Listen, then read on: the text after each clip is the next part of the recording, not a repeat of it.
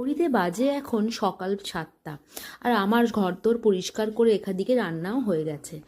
আলুর দম বসিয়েছি আর এদিকে করছি পাউরুটি, কারণ এগ স্যান্ডউইচ করব।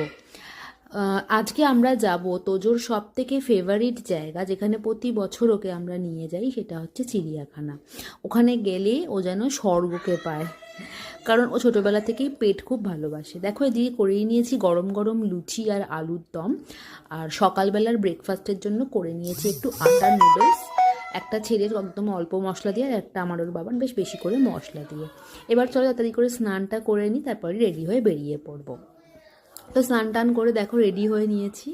এবার এখন 9টার মতন বাজে, এখন বেরিয়ে পড়বো। একটু দেরিই হয়ে গেল, আমাদের ইচ্ছা ছিল 8:30টার মধ্যে বেরোনোর, কিন্তু সেই দেরিই হয়ে গেল।